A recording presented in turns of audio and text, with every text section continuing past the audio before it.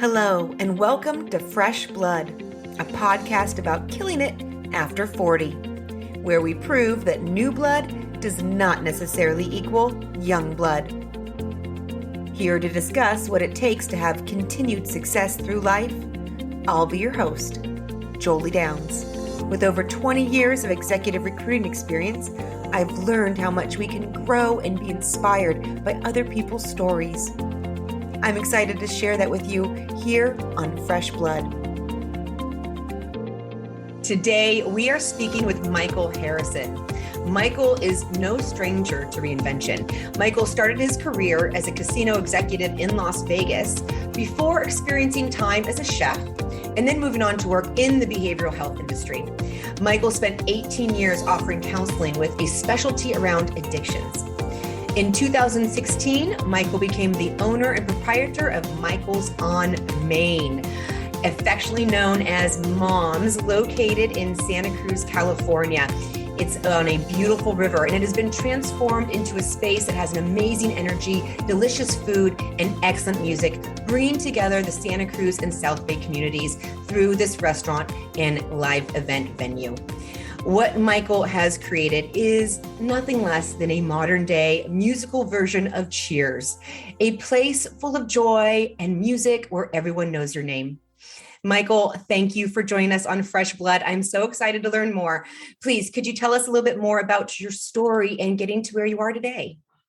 Yeah, well, first, thanks for having me. It's an honor to be interviewed and to hear you describe so many details of my life. I wasn't even aware that you really knew that much about my background. Yeah, it's really cool. I actually grew up in the kitchens in Las Vegas and then moved out to the front and worked in the casino industry. My dad and my stepfather, my mom moved to Vegas. I was born in LA and my mom moved to Vegas. I must have been 5 or 6 years old. She, I think, moved there to get a divorce. And I pretty much grew up in Vegas. So What's that like? my experience has been seeing it from a whole different side. Anyway, my dad, he was a slot mechanic and my mom was a change girl. She worked for like $9.85 a day back in those years. And they met and started dating and got married, I think, in 57. So in 58, they bought a new home, which I think houses back then were like $17,000. But Gosh, he wound up, he was a little mobbed up in the sense that if you worked at any of these facilities, you were working for guys that were pretty much involved in the mob in one aspect or another. And so did you see that as a kid? Like, were you aware of it?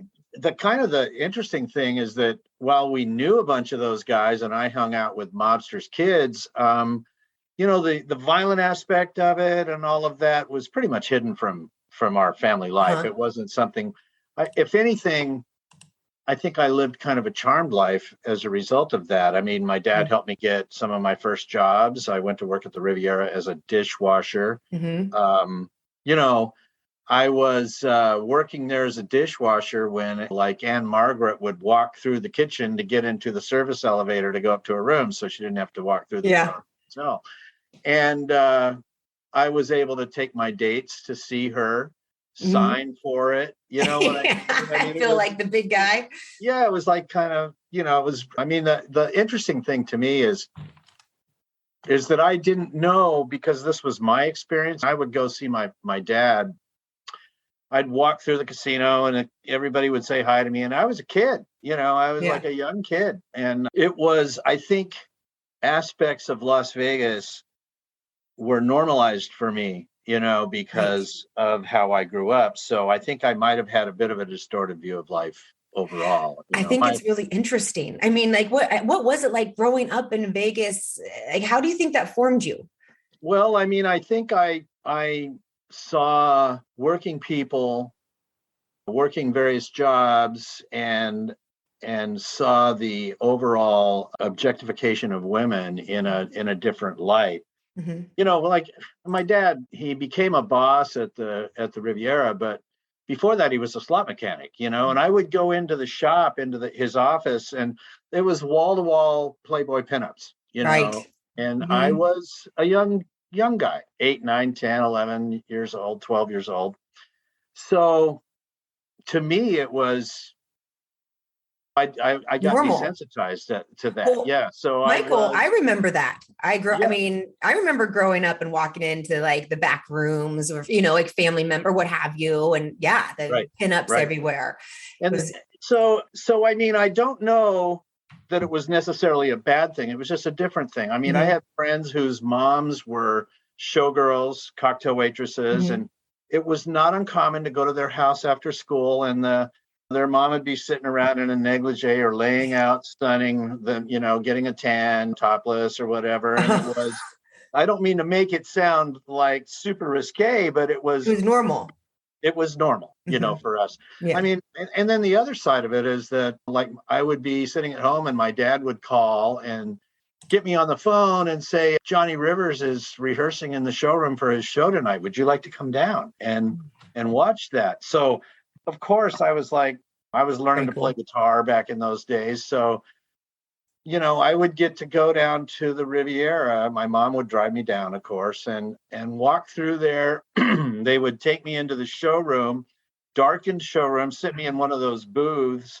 Cocktail girl would bring me a Coke, and I would watch Johnny Rivers put his show together, That's awesome. rehearsing, doing all those songs. So, my love for live music was really planted in my heart early on as Mhm. a youngster. I won a guitar at a carnival at the what they call El Dorado, which happens every May in Vegas. They have these big carnivals, and I won a guitar at the carnival. Awesome. And it was not long after that I was taking lessons, and because of the times, folk music was the easiest music to learn to play. So I was working on learning to play "Where Have All the Flowers Gone," probably the first song I really learned by the Kingston Trio, and it was not very long after that that my dad took me to see the Kingston Trio at the Riviera. So it was so powerful to see live performance in that small setting, and it gave me a love for live music that I've never been able to get over. You know what Mhm. I mean? So I have had the rare experience of seeing most of the greats. Like my aunt and uncle uh, canceled on my mom and dad, so they took my little brother and I to see Sinatra in Oh, '66 at the nice. Sands. Yeah. This Sinatra at the Sands CD. I don't know that we were there that night, but we were there for those shows. That's And awesome. I remember my mom pointing out Mia Farrow and all these people. And this is a room that only seats about 500 people. Oh, yeah. So I grew up hearing Sinatra in the house on the records and stuff, but going to see him live, I can't even describe how it knocked me out, how amazing this guy was and the charisma that he had. And when they filmed the movie Ocean's 11, the very Mhm. first one Mhm. with the Rat Pack and everything. Yeah.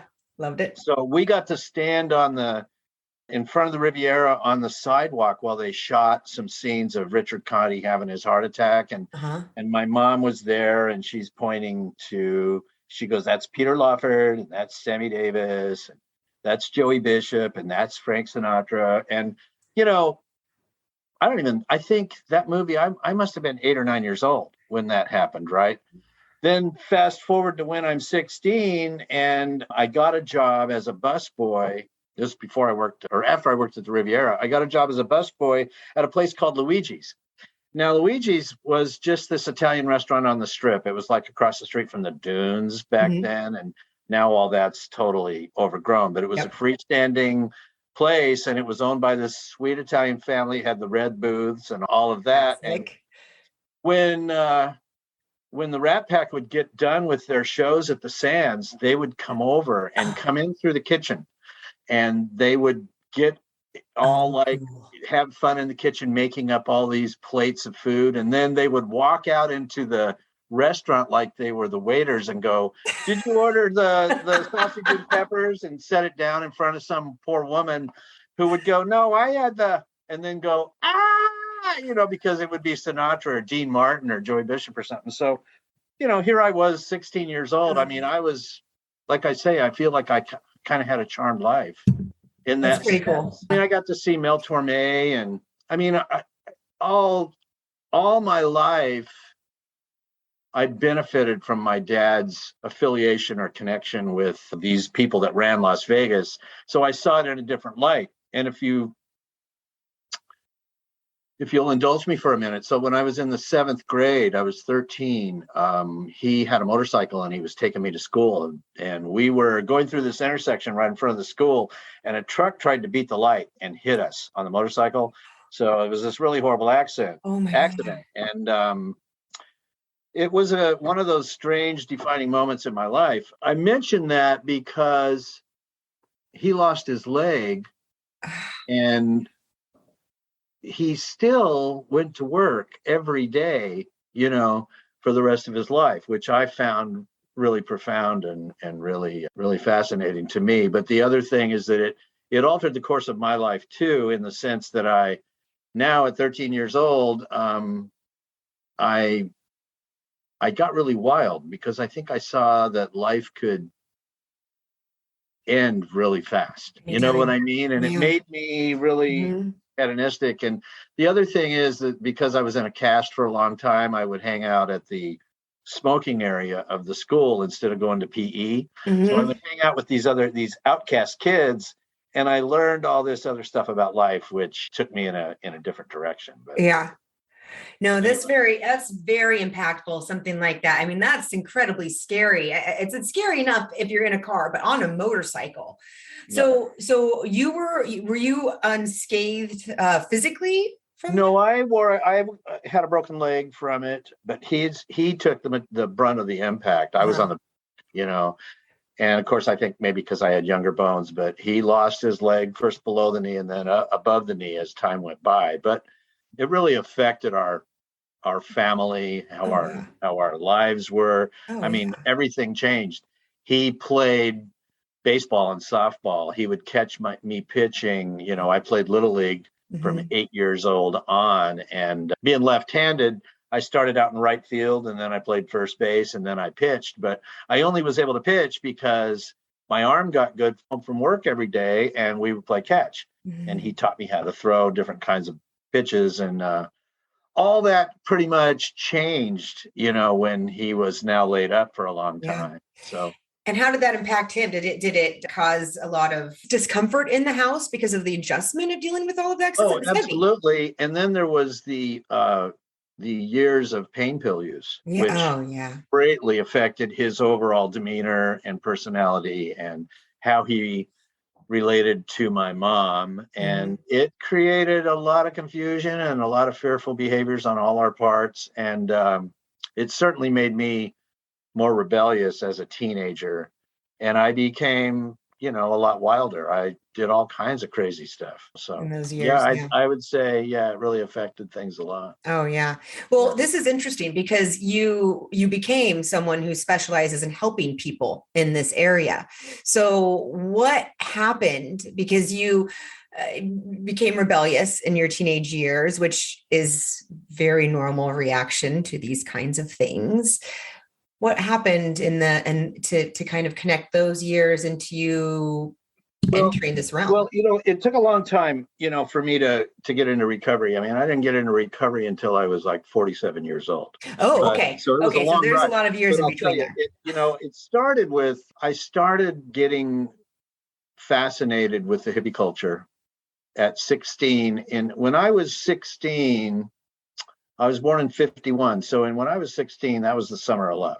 Right? You're right in it. Okay. Yeah, I was absolutely. And I was taking acid. I was taking pure LSD at 16 years old from people from San Francisco.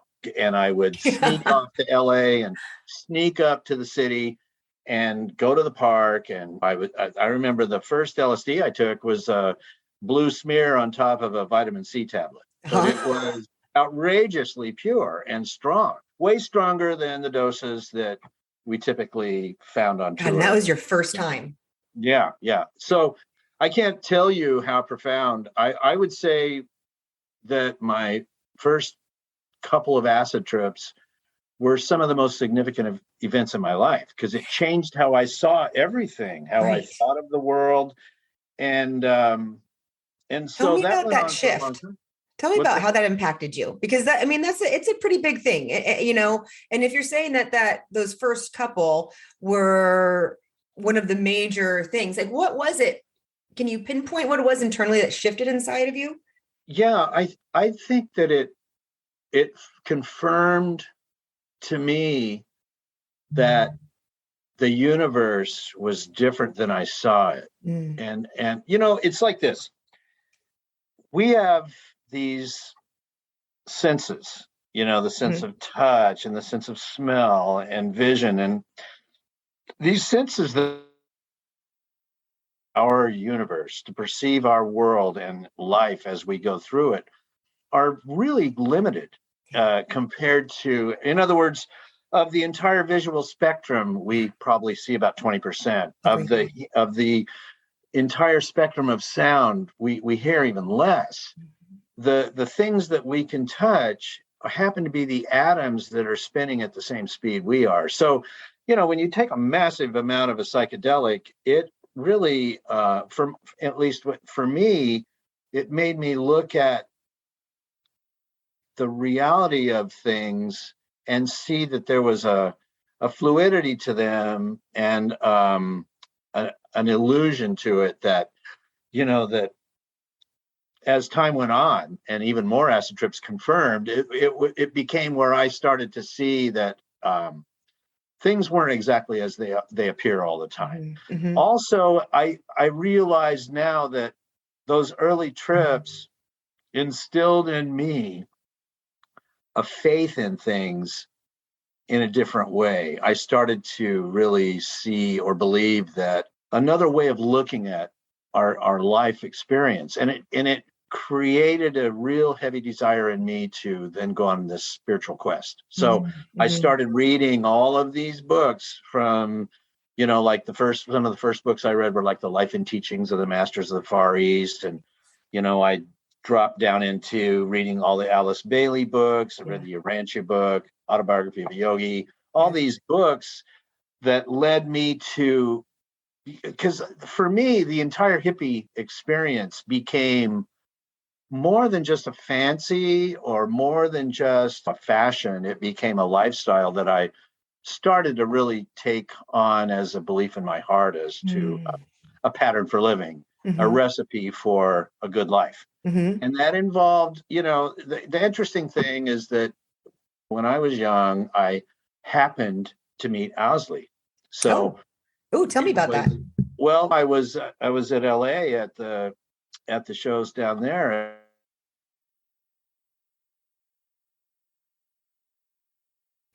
Uh-oh.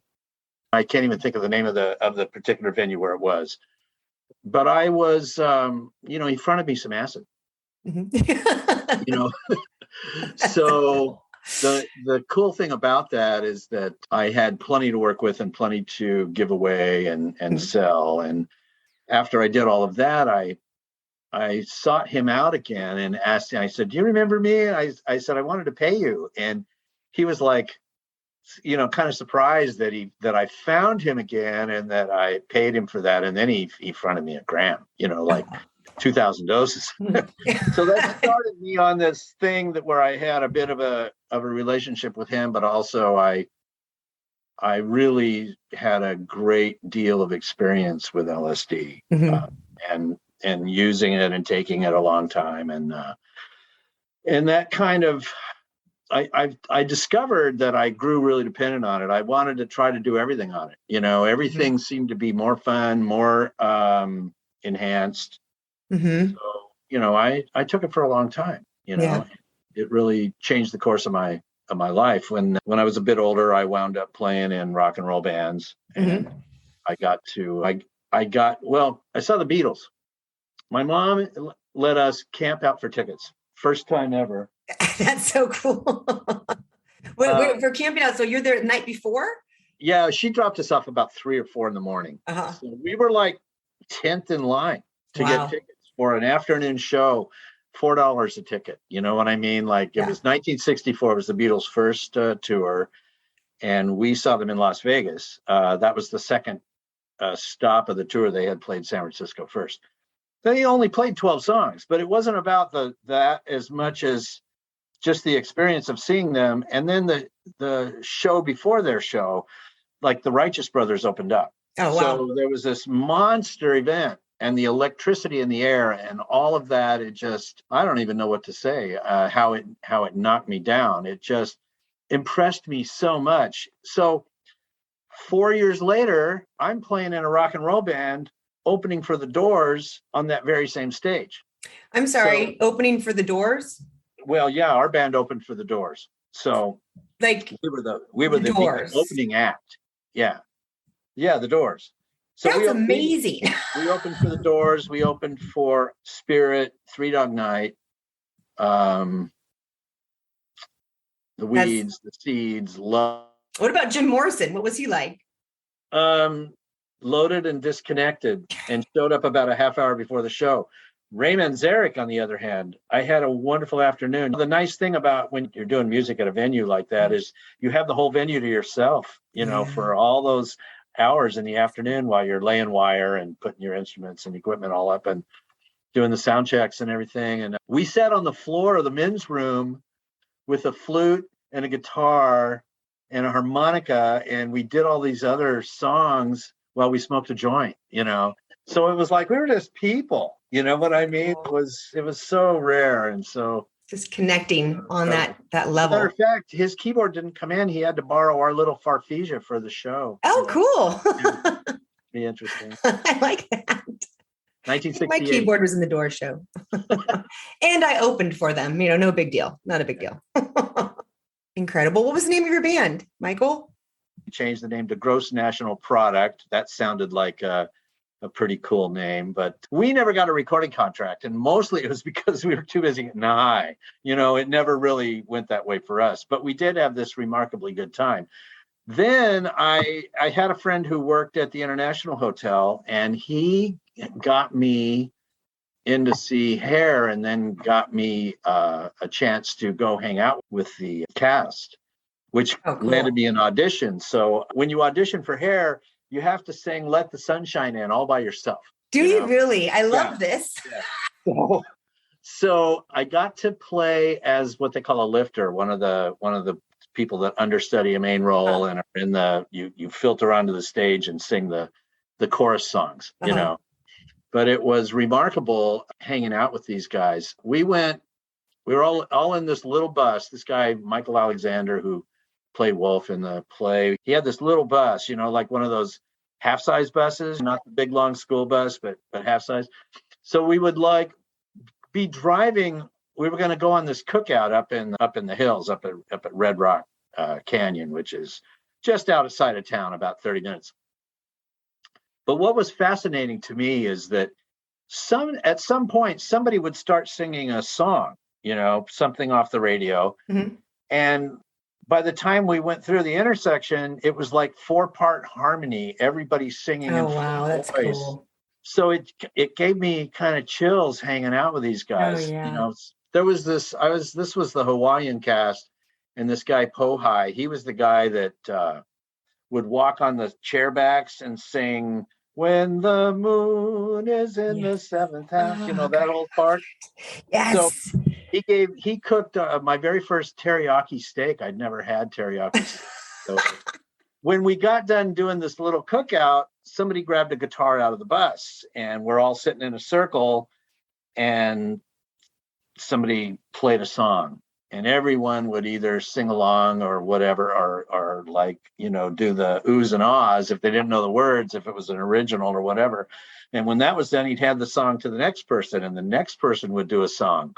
And then this went all the way around the circle. So here you are hanging out with these just amazingly talented, skillful people who are all about love and peace and kindness. I can't tell you what an impression it made on me. Oh, I can only imagine. Yeah. I mean, you went through all of this iconic time that so many of us, kind of dream about a little bit. Tell me because first off, where were you living, in San Francisco or Las Vegas during all this time when you were touring? But when I was doing the music, that was in Las Vegas. Okay, and then with Hair, was that in San Francisco? Las Vegas. Yeah. That was Las Vegas. Okay. Yeah, Elvis was playing in the showroom. We were in the illegitimate theater. Okay. Okay. It was at the same time. I'm curious, what did you learn from all of this? Like, what, I mean, going through all of these experiences during that time and being where you are now, like, what has been your takeaway from those experiences? I don't know. I think I took it for granted a lot, Mhm. but I also know that it changed how I thought about people, and it really cemented my love for live music. I think Right. there's something that happens in live music that is not the same as recorded music, Completely in agree. that it's something that happens in the air. I realized too that I had had some remarkable experiences and opportunities that I took for granted and didn't have the diligence or the tenacity to see it through to the next level.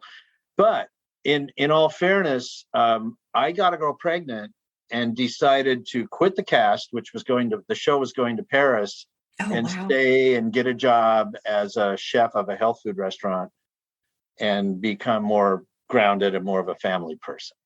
So it was a life-changing thing, but I felt like I was doing the right thing at the time. Yeah. Yeah. So You stepped up and did the right thing for your son or daughter, whoever came along.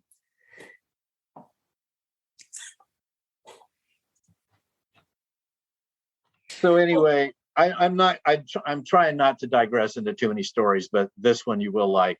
We had this band, we had this guy who played incredible keys, and he could play just about anything. So we covered a lot of Vanilla Fudge music. Mhm. Set me free, why don't you, babe? Okay. Those songs. Yes. So Yes. word got back to Vanilla Fudge, Carmen and Vinny apiece, that there was a band that was covering their music, and we got invited to a meet and greet. So the show where we caught up with them was in Salt Lake City at a place called the Terrace Ballroom. Mhm. And we went up there to see these guys. And it turned out there was this band that was the opening act for them that we'd never even heard of, a band called Led Zeppelin. Oh, God. Right. So they opened the show. I mean, they blew us away. And Yeah. we were backstage when we went out and watched the show, and then we went backstage, and somewhere in the middle of all of this, in telling the guys how much we enjoyed their show, they said, well, we're going to go to pizza, would you guys like to come? And Carmen and Vanny of Vanilla Fudge were like looking at us to see, well, are you going to stick around for our show, kind of thing. And I was like, Ah. no, we're guests of the band, and we're going to stick around for their set, but thanks for the offer. But here was an 18-year-old redheaded Robert Plant and Jimmy Page inviting us to go to pizza. And they say that the things you regret in life are the things you don't do. Well, that Yeah. was one of those things where, Yeah. I really always wondered what would have happened if we'd have, done Gone that. to But pizza. yeah, Oh, yeah. it's pretty interesting because I was able to share that story with Plant in, let's say, it must have been about 2007 or 8. You got to meet him. I was working the wharf rat table at the Fillmore for a DSO show, Uh-huh. and it was during Hardly Strictly, and he was there to sing and play with Buddy Miller, and he brought his girlfriend over to the Fillmore, up to the poster room where we were set up with our little wharf rat table, getting Mhm. ready, for the night show, and he was pointing to the Led Zeppelin posters and this and that, and he walked over to the table and he made some comment about one day at a time, about recovery, Mhm. and it led to us having just this short conversation. I said, "You don't remember me, but I got to tell you that I told him the story about getting invited to pizza in Salt Lake City," and he goes, "Oh." He goes, "That's really wild." He goes, "That tour," he goes, "we wound up, we were opening and then we became the closer as the tour went on." I said, "Well, you guys, you were certainly a level ahead of everybody else." Yeah. But it was really interesting to me that I was able to have some closure about that whole story. And Totally. I was going to that ask you was, if you were oh, able to get anything. I mean, it's not like we're old buddies or anything, but I was able to have that, that moment with him. Yeah. So, I so love it. Oh, I think that's great. You know what I'm curious about, because you mentioned something a little bit earlier and it just tickled my brain a little bit. You said that during your time with doing psychedelics and what have you, that you kind of learned a winning recipe to life, if you will. That's what I remember yeah, you hearing you say. I was curious yes. what that recipe is. Well, when you start studying in reading books on spirituality and on the ageless wisdom, there's this one book about creativity and about how this idea that before anything happens on the physical plane, it happens in the mental plane. That you have to think something into existence. Yes. And I think that I grew to really believe that that's possible. It's not magic. It's just that the more energy you feed it, the more the ability that you have. There's a book, I think it's by Shakti Gawain, and it's called Creative Visualization. And what it is about is the clearer you can visualize, the more chance you have of making it manifest on the physical. Yes. So yes. that, I think that was kind of something that I learned early on, or at least I grew to believe was possible. Yeah. Now, it doesn't always go your way. I've learned that. I've learned a lot about the fact that your, expectations and how you think things are going to go, they don't always go the way you think They they're don't going to always go the way you think. So that's a big. But if you can make sure you are on a journey that you enjoy and remove yourself from the expectation of the outcome, that's a pretty winning recipe too. Yeah. So, it's funny because I know you love the Grateful Dead, and I love the Grateful Dead. I cannot tell you how important they became to me as far as all the other music that's out there, and those guys. I mean, when it came to what music we were going to listen to when we were tripping, it was the Moody Blues, Electric Light Orchestra, and the Grateful Dead. There was a lot of other stuff out there that we would listen to, when we were just enjoying life or enjoying the afternoon or whatever. But I learned too that the psychedelic experience is a really delicate thing, and in order to have a really successful journey, it's very important to be very careful about the elements that you incorporate into that specific period in time. And agree. I don't know how to describe how important that music became over time. How we used to talk about how you saw the light of a song, and it was everything to do with the between the lines spirituality of even the songs which are basically about tragedy or tragedy averted, as Bobby likes to say, that there's something classic and massive and timeless about the living experience and how they describe it. So I completely agree. Yeah, I had the same experience as well. I became very interested in the Grateful Dead in my college years and just loved their music, and brought me great joy, and definitely had a lot of inspiration and insights and growth during that time. And then life it takes over, and I kids and careers and things happen. And you know what? I got a little lost in myself.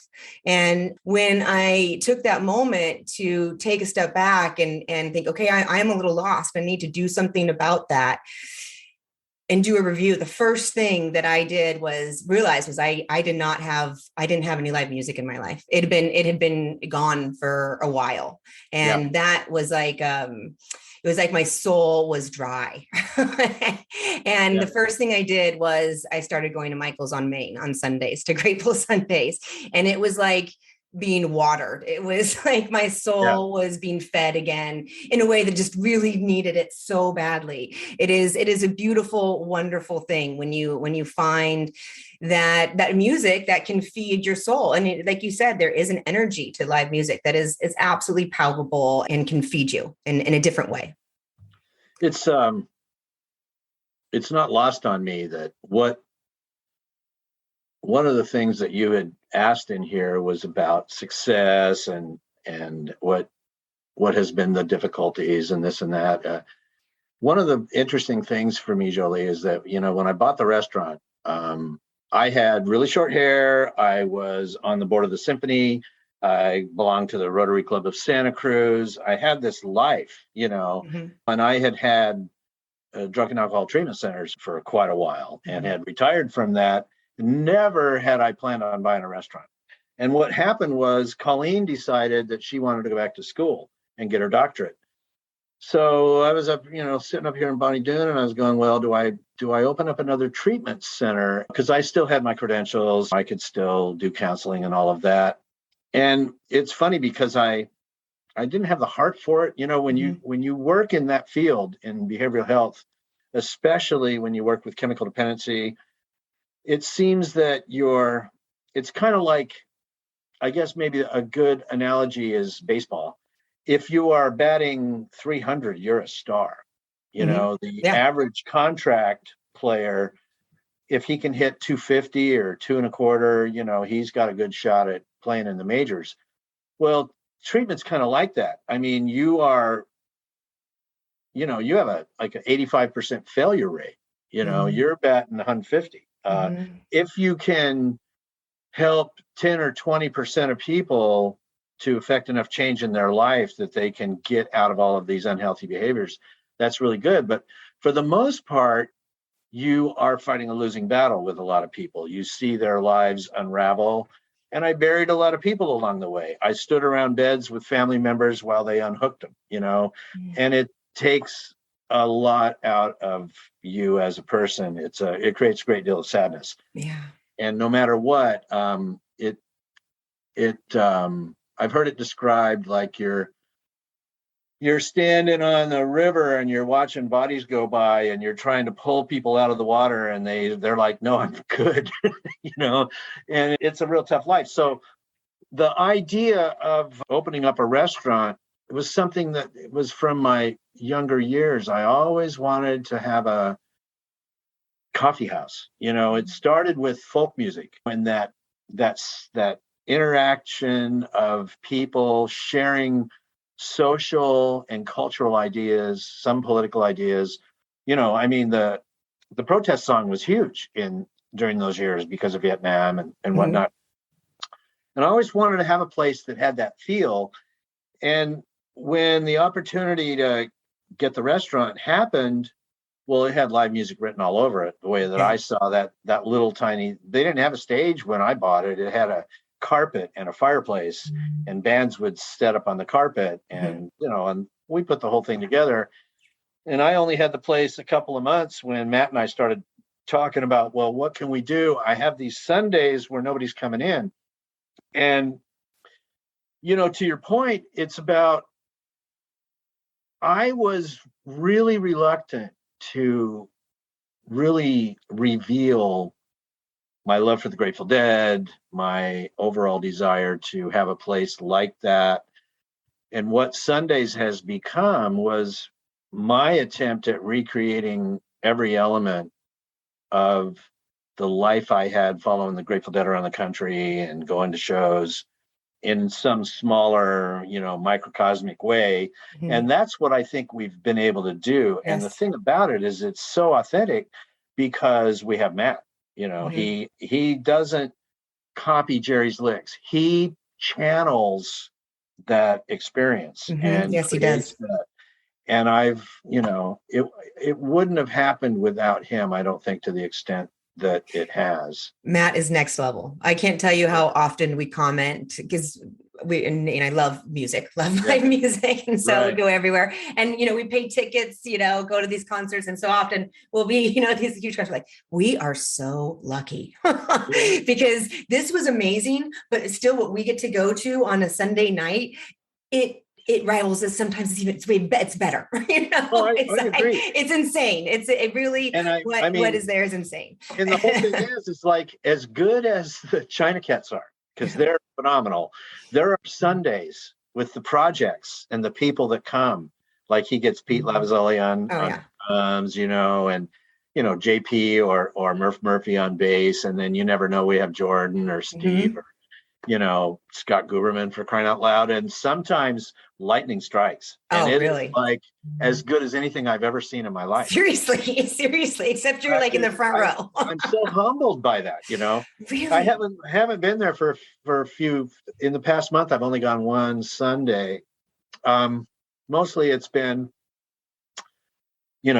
family issues, health issues with one family member or another. And then the fact that it gives Colleen an opportunity that her and I have a chance to spend some time together, because she's so buried in her doctorate right now that Sunday has become a day where we get to spend some time together, just like laying low and sharing each other's company and watching a stupid TV show or whatever. And it becomes really hard to go down there, but I miss it. And I need to make sure that I stay spiritually fed. And that's one of the ways that I do that. So that's good. You're getting your balance in, though. You get your time in with your wife where you need it. And, absolutely. It's good to have the balance. And you've created something very beautiful. You've given an amazing gift to this community. And people come from, as you know, from all around. But for the listeners to know, people come from all around the Bay Area just to come and listen to music at Michael's on Main. It's really an incredible experience. And the energy is what you've created, has that very happy, positive energy to it that you can feel as soon as you walk in. It's crazy. I mean, I feel like we've created a really safe, loving environment for everyone to be able to experience Grateful Dead music in a setting where they actually can get it. And safe is a key word, because, that was a big thing. When I first started coming to Michael's on Main, I would go by myself. And I, it's not always comfortable to go by yourself to a bar or what have you, and feel safe and secure. And I always did. And I always felt very, very safe and secure by myself at Michael's. So now it's pretty interesting too, to see everybody singing along. They all know all the words. And, it's kind of like, you're with your tribe when you have that kind of thing, it's borders on religion for sure. It really does. It is a spiritual thing. Yes. Yeah. I'm curious, because we've talked, you've done a lot in your life, and a lot of the pieces we've only touched on, but what would you say is one of your greatest successes in life, and why? Well, I would say that the whole idea of having this dream that I had ever since I was a teenager of doing a gathering place. I think that if I look at my overall life, there are successes in all kinds of areas. I have 4 grown kids, and watching how they've turned out has been, remarkable, given the fact that some of them grew up through these really turbulent times. And I don't have a great relationship with all 4 of them. I do have a really great relationship with a couple of them, and that's with the girls. And the boys, it's a little bit rougher, so I don't see that as being a tremendous success. I think, because of the mistakes that I made in my journey as a young man, it was hard for me to completely get back on track with them, and it affected their journeys as well. But having this place, I think, it's kind of been a dream come true, in one sense.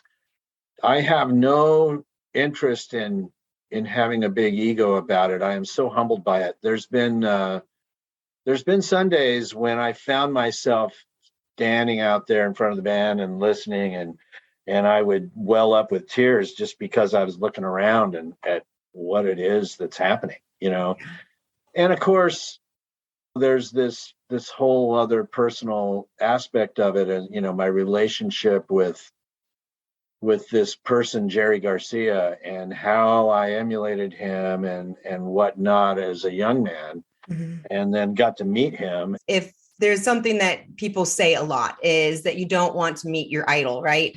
Because you can have, it might not lead up to expectations. But I've actually had a couple of interesting conversations with guests where it was not that case. So I'm curious what it was for you. What was it like meeting your idol? I'll tell you, we were touring at the time, and we had developed, we had gone to this restaurant, 2 gals from Cal, and we saw this piece of art on the wall, and it was changing colors and all this stuff going on. So it was very interesting. And I thought, this is perfect for Grateful Dead art. So we thought, let's try and develop it. So we contacted the woman who made this art, and we worked out basically what happens is the phenomenon is that layers of cellophane, when put through two polarized filters, light up in prism color. And as you rotate one filter, they change to their polar opposites, the different thicknesses and directions. So we developed this whole thing we called window pane art, and we did these roses that said "gratefully dedicated" on, like, if you can imagine, like on an acrylic disc, but without the polarizing filters, they were just clear. But when you put the filter in there, then the colors would all pop up. So we had this friend, Ramrod.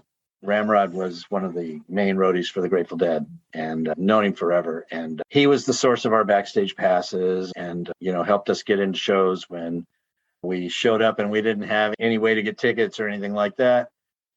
Anyway, we told him that we wanted to come up and show them this art because we were selling it on tour and we didn't want to get in trouble, and we wanted to find out about licensing and all of that kind of stuff. So we got invited to Club Front. So this was between Ventura, maybe the Greek, and Ventura in 87. And so we get up to Club Front.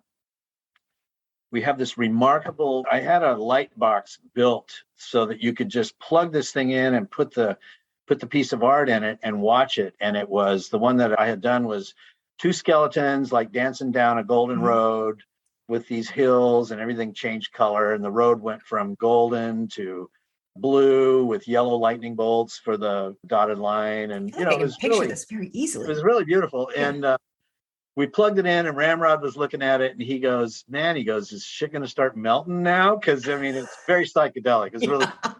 So then we left that. We got a tour of Club Front. We got to see all the huge artwork. The studio, they're like 8 feet, 10 feet, 6 feet. They're monstrous. They're really huge. Those all hang behind the stage at certain shows over the years.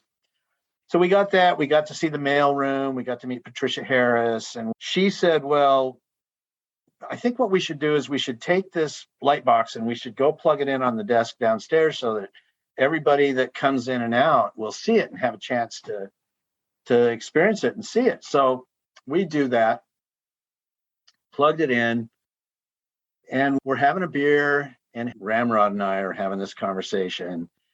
In walks Garcia, Weir, Cutler, and some other guy that I really didn't know. And Jerry walks right over and sits down at the desk, So he's sitting right in front of it, looking at the thing. And I'm like speechless, and I look at my wife at the time, and we're just like speechless. And Garcia goes, well, is anybody going to tell me what the hell I'm looking at? and Ramrod goes, well, these guys made it. Mike, why don't you explain to him what it is? So I tell him about how I go through the whole spiel about layers of cellophane and the polarizing filters, and one is on the art piece and the other is rotating at a 1 revolution per minute motor. And he's like, oh, and this guy who was with Bobby Weir said, don't you ever get tired of people showing up here with all their crap trying to sell you something, one of those kind of things, And you could have heard a pin drop in the room. And I felt very devalued and deflated and kind of small. I was like, yeah, really, what was I thinking? And Garcia did that thing with his glasses like this, and he looked at the guy and he says, well, I don't know about you. Then he turned to me, he goes, but for me, he goes, this is the true source of inspiration and joy, So to your observation about you never really want to meet your idols, this was, and he got up and he gave my wife a hug and he shook my hand, softest hand I've ever shook. But for me, I didn't care if I ever sold a piece of art ever again. I was in the presence of this guy that I just loved and adored. And we're talking about my art, which was so absolutely humbling. It was just ridiculous, It's so cool. But he was so gracious. I don't even know what to say about it. You always wonder what they're really like. And at least for me, that was the authentic moment, when I realized, he does believe all that shit he's singing about up there. You know what I'm saying? That makes me happy. I love that response from Jerry. Yeah, very gracious. And then he died on my birthday. So that was really, really a difficult thing for me. That spun me out of control. and wound up leading me into recovery. So I didn't wind up, Oh, wow. going out the other way. So Oh, anyway, wow. So what happened there? What did you learn from that whole experience? well, I guess I learned that just because they were lying about pot didn't mean they were lying about heroin or cocaine. Right? True story. Yeah. True story. And I've been in recovery now. And this April 23rd, I will have 23 years Wow. in active Michael. recovery. So, it's been a Amazing. remarkably good journey. And I got to tell you, I didn't go see Grateful Dead music for 10 years. In my first 10 years of recovery, I would listen to it. But I cried a lot. I really, I tried going on further tour, 96, 97, and it just made me miss Garcia more than anything, so it wasn't really a pleasant experience for me. I'd get really excited because a certain song would start, and by the middle of the song, it was just this incredible lack of Jerry Garcia in this music. I couldn't find it, so I laid off for a long time, and then somebody sent me Phil and Friends at the Warfield. I'll never forget it, for Christmas. And I watched it by myself because I was single then. And I saw everybody dancing, and I saw all these familiar faces at the Warfield attending this show. And I was like, oh my God, I'm missing out somehow on something that's going on where people are still carrying the torch and, still celebrating the amazing beauty and magic of this music. So I mentioned it to someone, and they got me to agree to attend Film Friends at the Greek.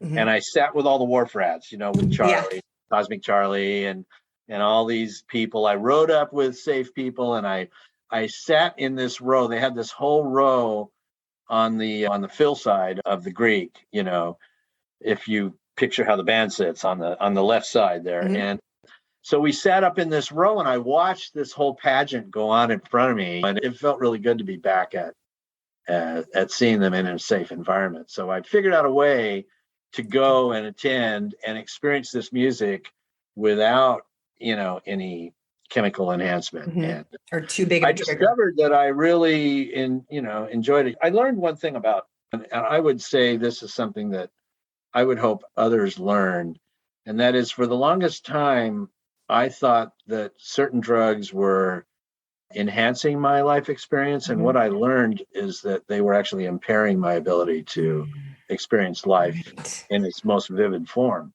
And what I learned, it's been a long time since I've taken any acid.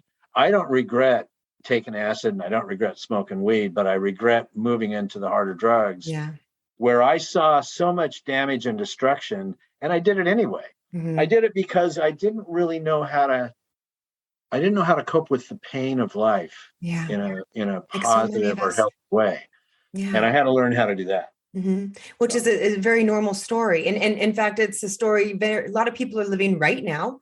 I'm curious, because you specialized in recovery for many years. You did it yourself. Yeah. Is there any advice or anything that worked for you that might benefit other people who are in a similar position?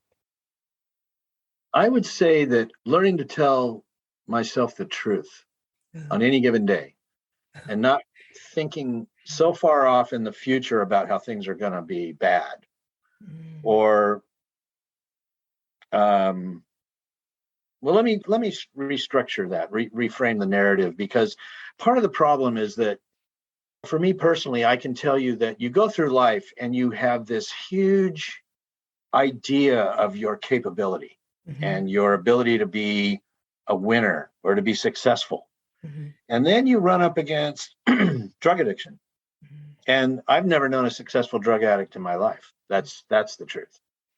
And what happens is that in early recovery, you have completely lost confidence in yourself and your ability to be able to make decisions that are in your best interest, to choose to not go to high risk situations, whatever it is. And also just learn how to navigate the ups and downs and the pain of life, and find a healthy coping mechanism for that. So my advice to people in early recovery is recognize that the way through is to assess risk at every step. And if it sounds too risky, don't think you can do it. I think the hardest thing for me to regain was my confidence. And it took a while because I already knew I had blown up a marriage. I had lost the career that I had. I wound up hanging out with a bunch of strangers all the time. Mm-hmm. And it was, then I got arrested. And that's how it wasn't like personally for me, I couldn't stop on my own. I knew I should, but I really couldn't. The intervention was arrest. And then screaming at my parents to bail me out at 47 years old, right? I have nobody to call but them, and my lawyer is calling them and saying, don't bail him out, leave him in there, let him get clean, let him detox so that he'll have a chance. If you bail him out right now, he's going to go right back to it, and then he's going to go to prison. Well, I wound up getting sentenced to 3 years in prison.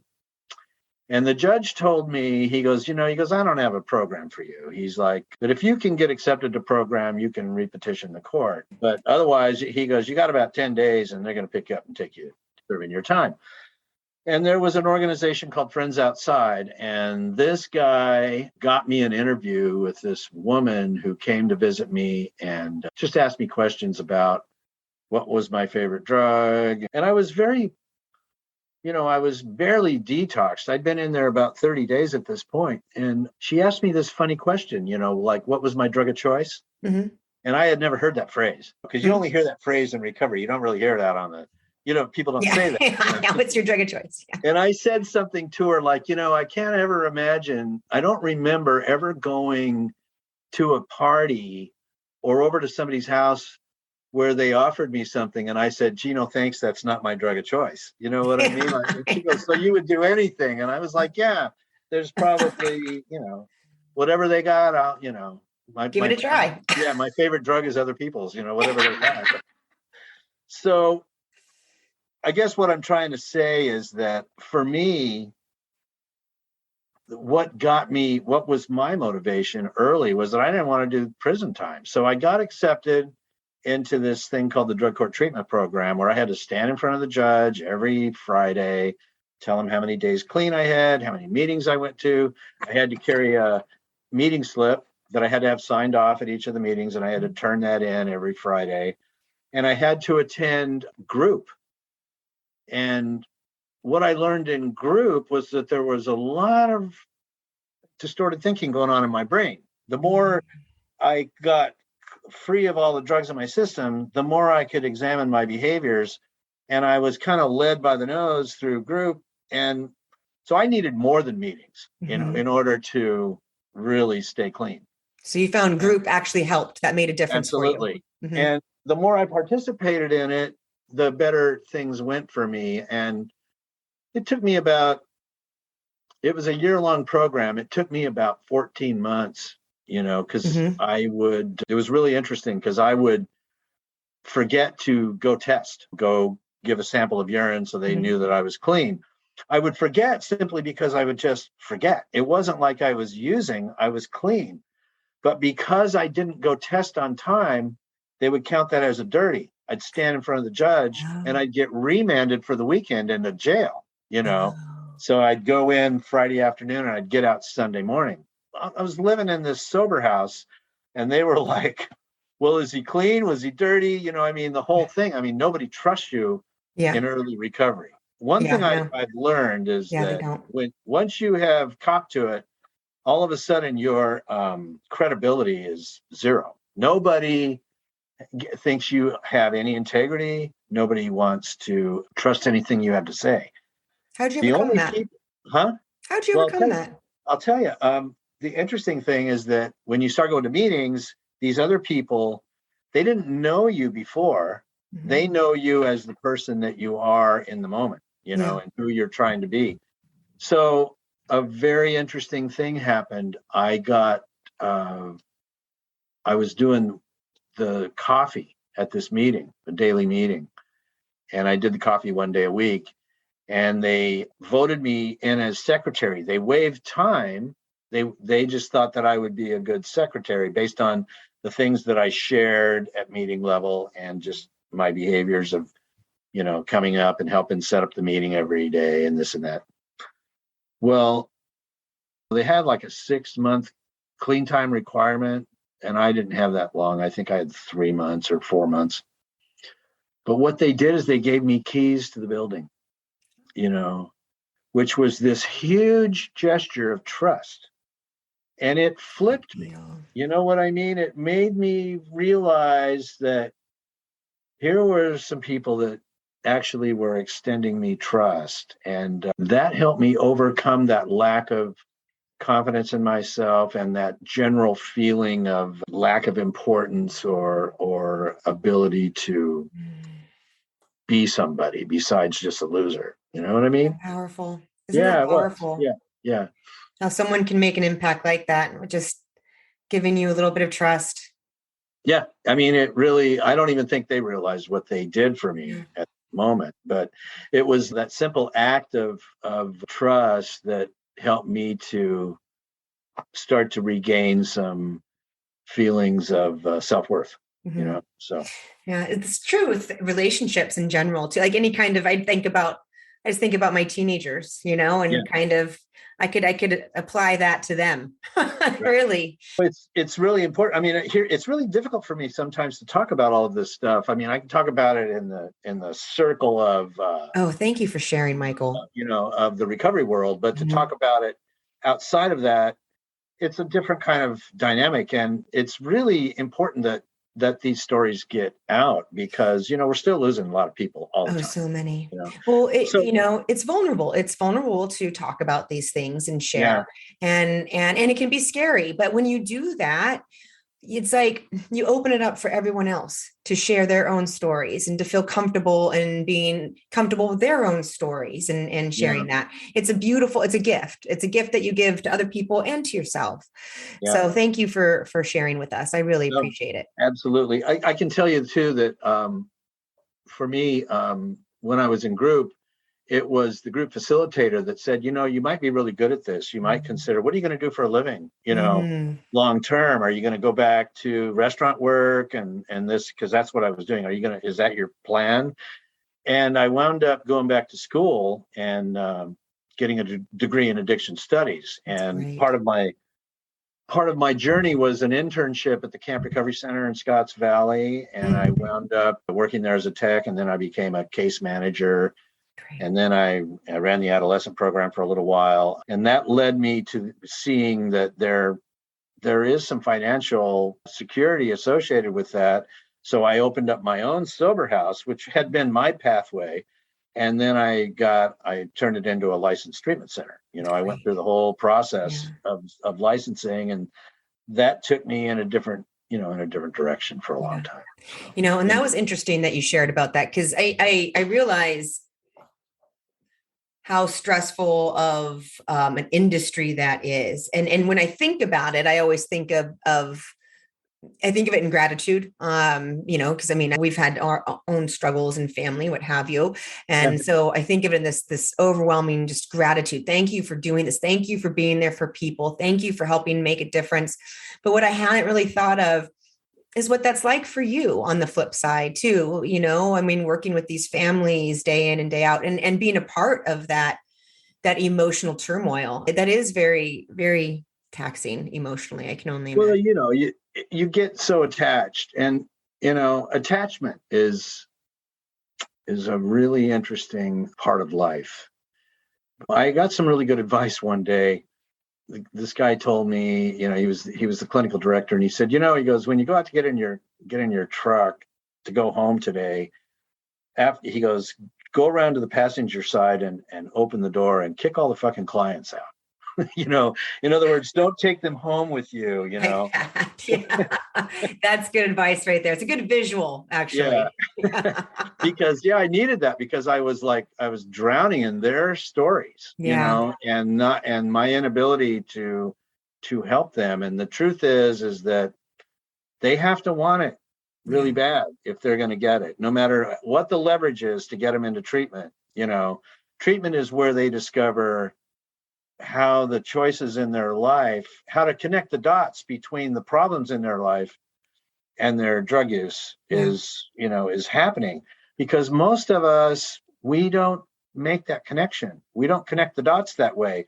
We think it's bad luck. If only the cop hadn't pulled up behind me, or it's her fault or it's his fault, but we don't really ever accept responsibility for where our lives are at until we get confronted with the reality that the decisions that we make are the direct correlation and connection between how our lives go. Yeah. When you first answered that question, when I asked a while ago, you said by being honest. We said something like being honest with myself every day. Absolutely. And that gave me chills when you said that, because that's it's so true. I mean, even whether you're an addict, as an addict, yes, but even if you're not an addict, that's something that needs to be said too, because we do lie to ourselves often, and we do not fully accept the truth. And facing that truth is the way forward, and the way that we grow, and the way that we move and learn in life. So absolutely. Yeah. So I'm curious, we touched on a lot of things. Is there any one big life lesson that we may not have touched on that has impacted you in a very big way that you feel would benefit others as well? I would say learning to be authentic. Oh. So I guess the closest example would be the fact that I was still fearful of revealing myself as this total tie-dyed deadhead person, while I was trying to navigate being a proprietor of a restaurant. But what I learned is that the more that I showed people who I really was, the more grounded and accepting people were of that, because they loved the Grateful Dead art that we took out of the house and put on the walls. I was very reluctant to do that, but what has emerged out of that is that it has created this identity that I have, which was the true identity that I was, but I was afraid to reveal. I've been like a kind of a chameleon, in a lot of ways. When I go to the symphony, I wear a suit, when I go to Rotary, I wear a suit. When I come to the restaurant on Sunday, I wear a tie-dye. Well, are you really? You know what I mean? Yeah. So I would say, that the more genuine I am about who I am, the more I'm truly accepted by others. And I think that's good advice for people. Yeah. The happier life is. I also would want to say one other thing about hardship. I know that we've run really long, but please, I want to hear. We spend a lot of time in life full of anxiety and full of worry, and we think things are falling apart. And sometimes what we don't see is that things are actually falling into place. Right. And that to me is something that I hang on to. There's one constant in life, and that's change. We have this idea. I have this idea of how my life is going to go, and what I think is going to make me happy, and how I think the restaurant is going to survive, and all of that. It doesn't work out the way I thought. When we bought this place, we've lost so much money. It's just crazy the amount of money we've lost. I can't imagine. The pandemic coming, of course, and we had an employee that we really, really loved and trusted who had been embezzling from us, and we discovered it. Holly, bless her heart, figured it out. It's that betrayal. Makes me guarded, but I can't live a life being guarded. I've never been good at that.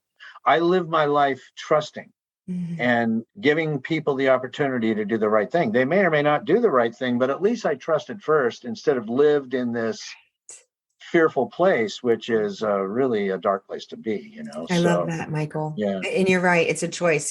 Even going through that experience and having that difficult experience, it's still a choice moving forward, and you get to choose the world that you live in. And by choosing to be trusting, you live in that trusting, happier world.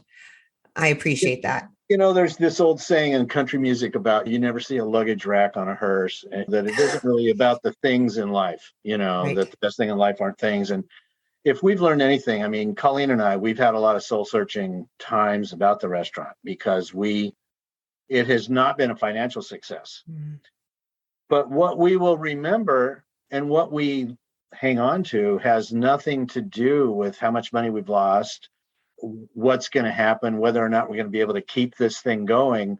What we've learned is people like you, people that, we've had people like when I walk through on Sundays, sometimes I get like 15 or 20 thank yous from people. It's so humbling. Mm-hmm. It doesn't make me feel like I'm a big shot. It makes me realize, I had a couple tell us, you don't know, you saved our marriage, because they had grown apart. Mm-hmm. They didn't find very much that they could do together. And they started coming to Sundays, to Grateful Sundays. And all of a sudden they're grateful. You know what I mean? And yes. And those kinds of things are what we're always going to remember and hang on to as far as how this journey has worked out, Oh, I can tell you the countless people that I've met have shared similar stories of just feeling like they were found again, like they found. It's like, I call it the third place. They always say you should find a third place, right? A place that's outside of your home and work that feels just as comfortable and happy to be. And I feel like Michael's is that third place for so many people. And you've just created this amazing thing. So let's talk. Let's talk about how to make that financially solve it for you. Yeah, I wish I could. I mean, the thing is, we're facing some really difficult challenges with the inflation, the cost of goods have gone up. We've raised the prices on the menu a little bit, but I mean, it becomes an expensive adventure to go out to eat. And the minimum wage has gone up. And so we have this thing where, I mean, I did Grateful Sundays for free for the first 3 years, and that was a large expense to pay the band out of our own money. Oh, I can imagine. But the thing is that I don't know where this is going to lead. Part of the problem right now that we're facing is that we've been blessed. We had some money. I had some earnings and some money in the bank from, the business that I had and from my parents' home that I owned in Las Vegas that I sold. And Colleen had some money in the bank and, had a savings thing. Well, we're at a point right now where unless we borrow more money, like I've got, $60,000 sitting in the bank, and we're going to pay a $30,000 quarterly tax bill, which puts us where we don't have the capital, the pockets, the deep pockets to keep this thing going if we can't somehow get into the black instead of running in the red, which we've been running in the red all through the pandemic. We had a couple of months where we made money, but out of the 12 months, we lost money 9 months. You know what I'm saying? So it's been brutal. Well, any listeners that might be listening, anyone has any ideas or philanthropic ideals? I would be happy to take on a partner that was younger, had some deep pockets, and enthusiastic about our vision for that. I mean, I'm 70. I still feel really young, but I'm also losing my ability to keep my arms around the whole business in that sense. And I'm also starting to be really fearful of our ability to be able to keep it going because we don't have that capital that we're going to be able to continue to keep it going. So, and it's not a lot, it's really interesting because the difference between success and failure at the end of a year is 5% down and 5% up to get it balanced. You know what I mean? So we're trying everything we can think of. Yeah. Well, if anyone is listening and has any ideas, please share with Michael. And you can find Michael on his website, michaelsonmain.com. I also have the link there and a link to his LinkedIn. Michael's on Main is an amazing place for any kind of event. I have personally been a part of fundraising events there for not only schools, but for different like cancer fundraisers and things of that nature, bridal showers, painting events. It's right on a river. It's gorgeous. I've been there. I've seen a wedding reception there. So there's all kinds of events that can be done at Michael's on Main. not to mention their delicious dinners and the great live music. So people should be checking it out. Other than that, Michael, is there any other place that they should be finding you online? They can email me directly at michael@michaelsonmain.com. Perfect. So then the last question before you go, what are you sure of in life? Change. It's the only thing I'm sure of too. That's why it's my favorite question. I always want to know what people are going to answer. And it's like, if there's two things people hate, it's change and the way things are. You know what I mean? So it's all Doesn't about it say learning, a lot too? it's all about learning to accept the present moment, because it's definitely arrived. Right. And you may as well get on board with it. Exactly. Enjoy the journey. Thank you, Michael. Thank you for making this journey more enjoyable for us. I appreciate it. My honor. Thanks for having me. I loved Michael's story. Michael grew up in Las Vegas, surrounded by the musical greats. He lived a charmed life full of live music from a young age, which influenced the rest of his days. As a teenager, he was fully immersed in the music scene. He was 16 during the Summer of Love, and he began experimenting with psychedelics. Taking psychedelics changed the way Michael saw the world. He learned to see through the illusion of things. He learned that life is not black and white, and that there is a fluidity to everything. His experiences instilled within him a faith in the universe. He developed an understanding that there are different ways to look at our life experiences, and he leaned into that learning, reading books, and researching the study of life and the various ways of mind expansion. This is a common occurrence after a psychedelic experience. Now, psychedelics are not for everyone, as there is no substance in this world that is for everyone, but there are a lot of great benefits that can come from a psychedelic experience.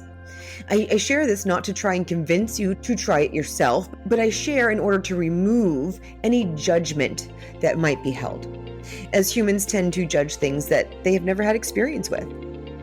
Safe amounts of psychedelics promote feelings of relaxation, improved well-being, increased social connectedness, introspection, understanding, and spiritual experiences. They have done psychedelic studies on cancer patients and dying patients, and they found that one dose of magic mushrooms greatly reduced anxiety, depression, and cancer-related demoralization, while improving spiritual well-being and increased quality of life. In follow-up studies on the same test group, 3 to 4.5 years later, 60 to 80% sustained the benefits felt from that one experience. Not only that, psychedelics is a growing practice among CEOs and business leaders to help them reach a higher consciousness. The experience connects you to the universe and the people around you, bringing a flow of new awareness and ideas. In fact, this year, the World Economic Forum, a gathering of the global elite in Switzerland, will have access to a medical psychedelic house. I believe the research here will continue to be impressive, and that eventually these substances will not only be legalized, but harnessed and used to help with the greater good. Now, during these years, Michael got to see the musical greats. He got to have random and fun experiences throughout his youth with Sinatra, Mel Torme, Mia Farrow, the Rat Pack. He hung out with the up-and-coming Led Zeppelin. His band opened for The Doors. He was part of Hair, the musical, and yet Michael readily admits he took his experiences for granted. And how often do we all do this? You never know when you are living through history or simply an incredibly important part of your own life story. How many things have you done in the past few months, let alone the past year, that you've taken for granted? Not seeing it for the beauty of what it is. a new experience, a new lesson, a gift, something that adds to the tapestry of your life. I would like to suggest a practice that I have adopted into my life, and it has brought me immense benefit. I call it the already accomplished bucket list. This is where you record the things in life that you have already accomplished year by year. Anything that you have had the honor of experiencing that someone else may not have had the opportunity to do should make this list. Nothing is too small. This process will bring a flood of gratitude and appreciation for life and all of those little everyday things. It is amazing what happens when you start taking a literal count of all of your blessings. It is an absolute pleasure to review your life from this perspective, at looking at those things that you had taken for granted that may have felt as everyday, and realizing how truly special it is. I have found this practice to be incredibly humbling and eye-opening. In 2016, I had a really tough year, and I kept saying it was a horrible, no good, terrible year. Well, I keep that already accomplished bucket list going. And when I reviewed the things that I did during that horrible, no good, terrible year, it was so very humbling. I had amazing experiences in 2016. I went to Chicago. I saw Bruce Springsteen. I experienced the amazing Safari West. I went to the Virgin Islands. I was on TV on Let's Make a Deal. I won grand prize in a sand sculpture contest. And it was also the last full year spent with my father before he passed away. We ended that year with a trip to Disneyland with a lot of my family, my dad, brothers, aunt, cousins, and their kids.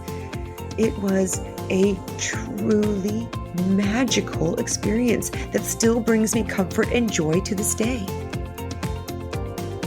Life is a gift. Every day is a gift.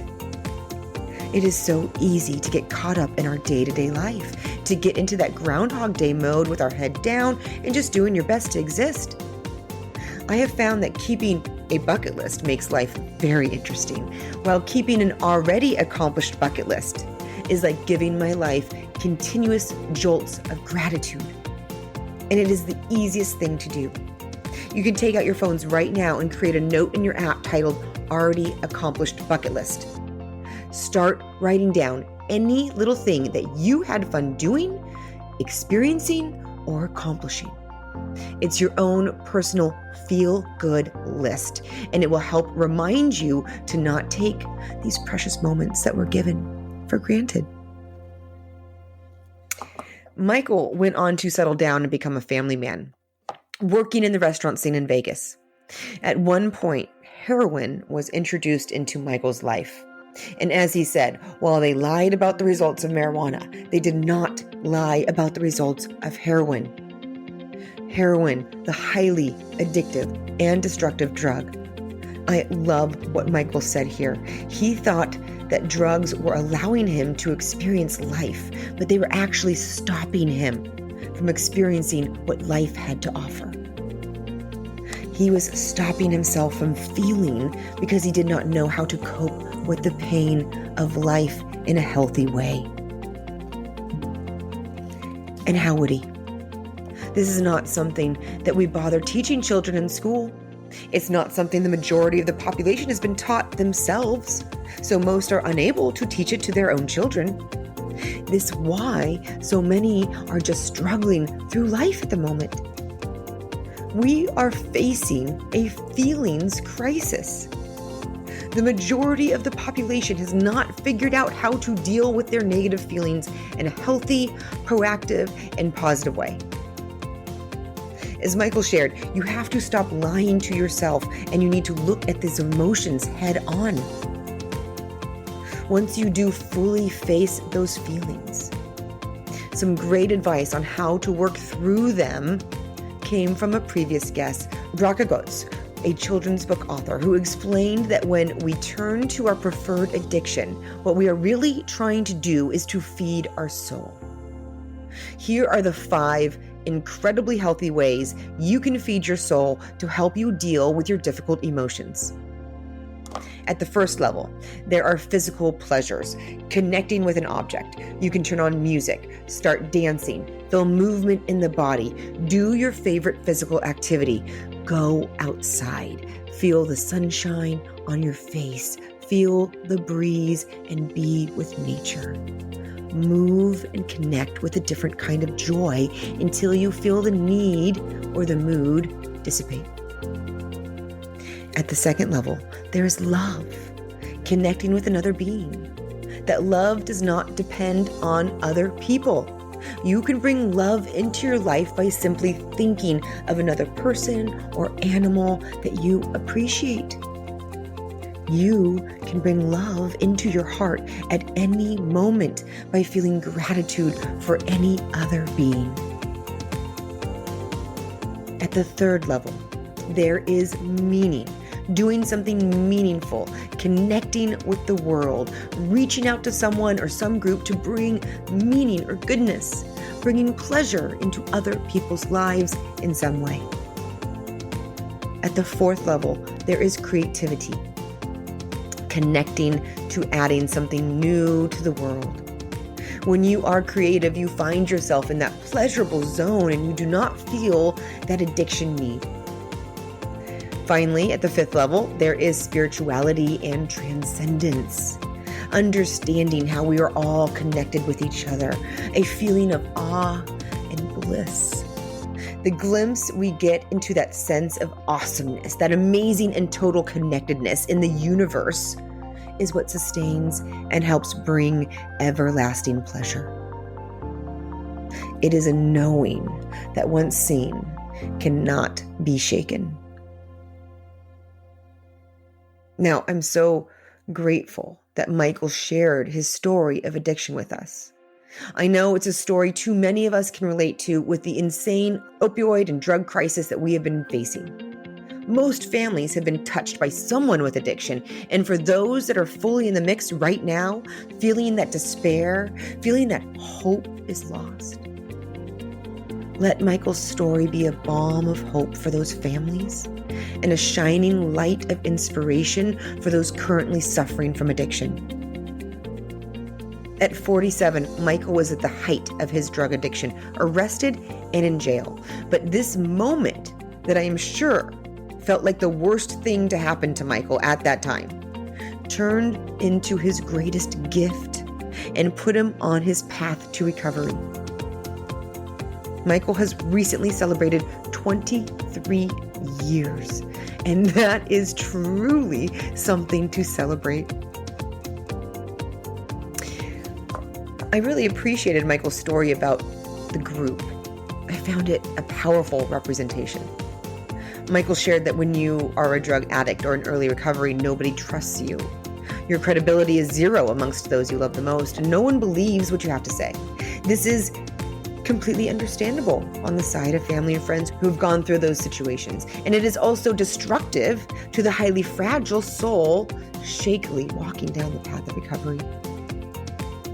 When the people in his group meeting gave Michael a set of keys to the building, they were showing him that they trusted him. And in that one gesture, it made all the difference. It helped restore that internal self-confidence because with the gift of the keys, they reminded Michael that he is worthy. They reminded him that he's more than his addiction. This opened Michael's mind up of what he could be, and he started to believe in himself again. This reminds me of a quote by Johann Wolfgang von Goethe. If you treat people as they are, they will become worse. If you treat them as they could be, they will become better. When we treat people as if they were already their best self, we help them embody what they are capable of becoming. Moving forward, I would suggest We all work on treating the people in our lives as if they were already their very best self. Everyone has their personal struggles, and you can be the person that provides the spark of light needed in somebody else's darkness. The power you have to make an impact on others' lives is profound. With a simple, positive suggestion, a compliment, an observation of strength, you can open a new way of thinking within someone. Group was a great example. When Michael was in group, the group facilitator told Michael that he was good at this, and he asked if he had considered doing this in the long term. That group facilitator planted the seed.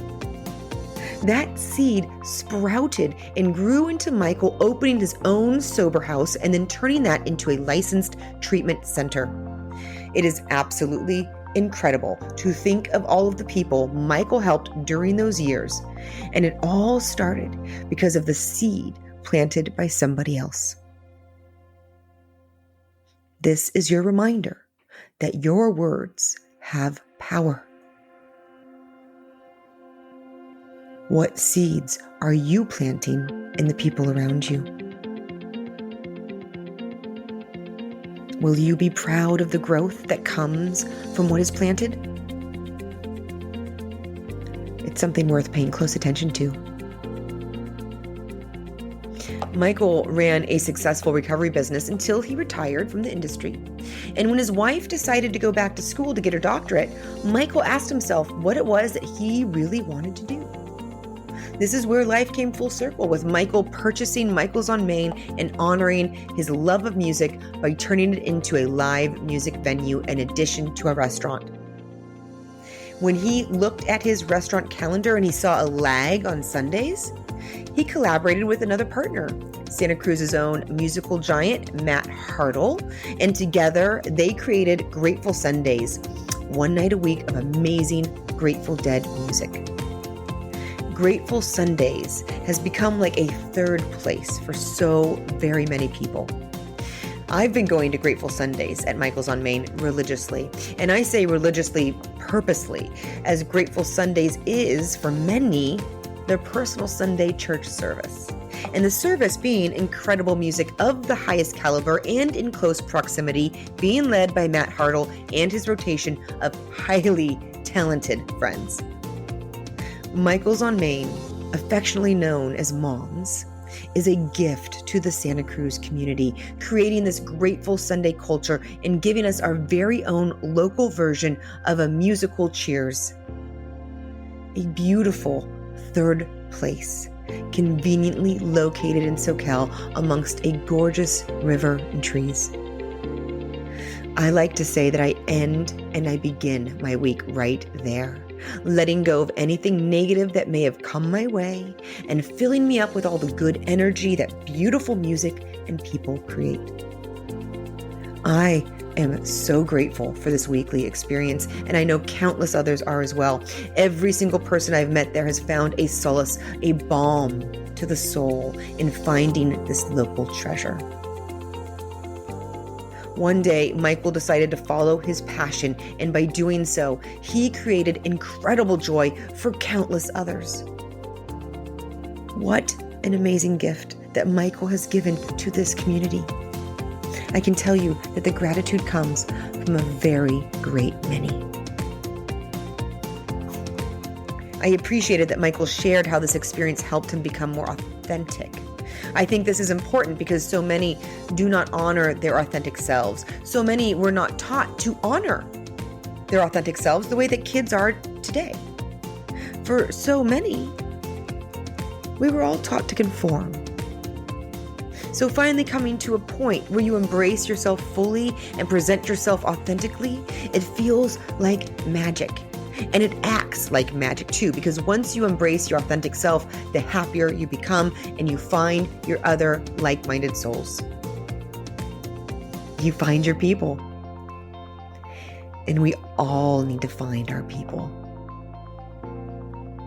Finally, Michael made a comment about how the only constant is change. And Oh, how we have felt that over the roller coaster of the past couple of years. For Michael and others in the restaurant, travel, and entertainment industries, these changes were catastrophic. While Michael's on Main has been a huge success in terms of bringing joy, happiness, and connection to our community, the pandemic years have taken a toll and the financial success has not been seen. I talk about how smart it is to ask for help on this podcast quite often, so I am now reaching out to you listeners and asking for your help. If you know of someone who would want to partner with Michael on keeping this venue going, or if you have any helpful suggestions, please get in touch with Michael. If you are in the Santa Cruz area, consider Michael's on Main for your family night out, your date night, setting up your paint and sip nights, your showers, your birthday celebrations, and what have you. They have a beautiful outdoor deck along a river and surrounded by gorgeous trees. Michael's on Main is a happy place to be. Let's support these important businesses within our communities. I'm going to leave you with this final thought from Michael. If there are two things people hate, it's change and the way things are. So you better learn how to love the present moment because it's definitely arrived. So this is my wish for us all, that you put yourself on a path that is authentically yours and full of joy so that regardless of the outcome, you win. And Michael, thank you for making the journey so much more enjoyable for us along the way. Until next time. Thank you for joining us on Fresh Blood. Please subscribe and follow us on all streaming services, including Apple Podcasts, Amazon, Spotify, Google Podcasts, and Player FM. You can also follow us on Facebook and Instagram at Fresh Blood Podcast. I would love your help in spreading these stories and important messages. Please give us a like and share with a friend. Your help is greatly appreciated. I hope you make today a most fulfilling day.